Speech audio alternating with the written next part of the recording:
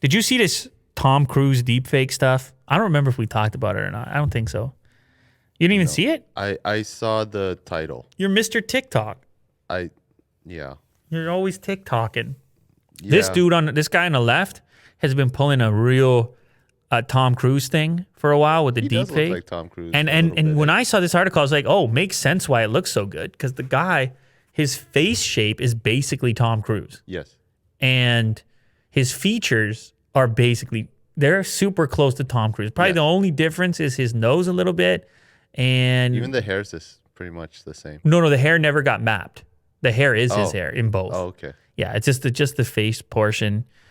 Chin is maybe a slightly different shape. And obviously there's a few more wrinkles on Tom. I think this guy's younger than Tom. Anyway, he's been posting these viral TikTok posts with deepfakes of Tom Cruise, just being an everyday dude. And they blew up, obviously. They're well done deepfakes, but they are deepfakes. And is this the one? You can click the video. This is Deep Tom Cruise TikTok breakdown. You can put a little volume. I think it's okay. I got to put volume. I turned it down from earlier from Banana Time. How AI and VFX are unlocking the future of our imagination.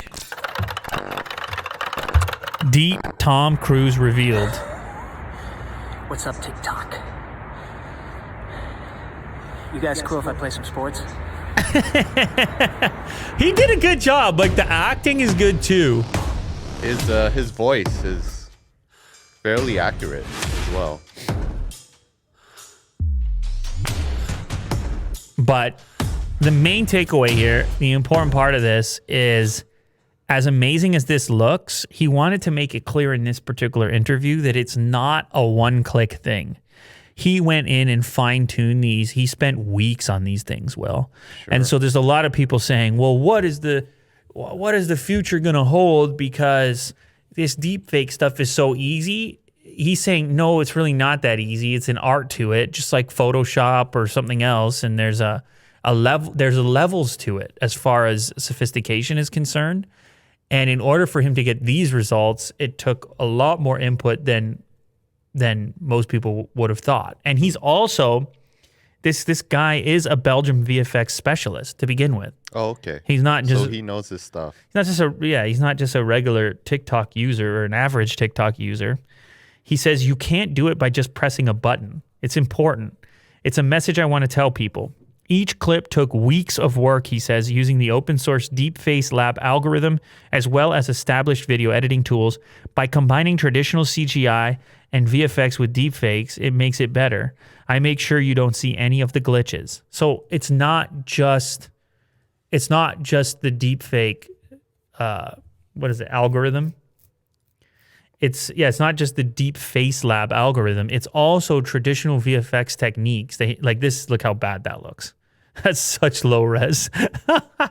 Will's showing off a Dave 2D Unbox Therapy deepfake where he put his face on mine.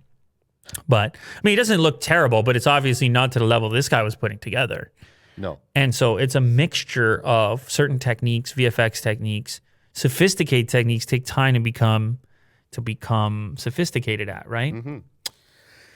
Anyway, it doesn't mean that it's not going to potentially be a problem down the road. You could still imagine that it would be worthwhile for somebody to hire a professional to create a deep fake, potentially for the purpose of misinformation or something like this.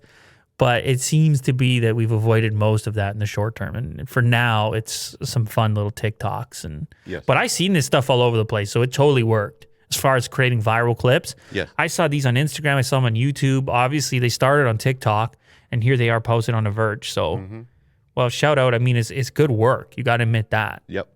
It's well done work.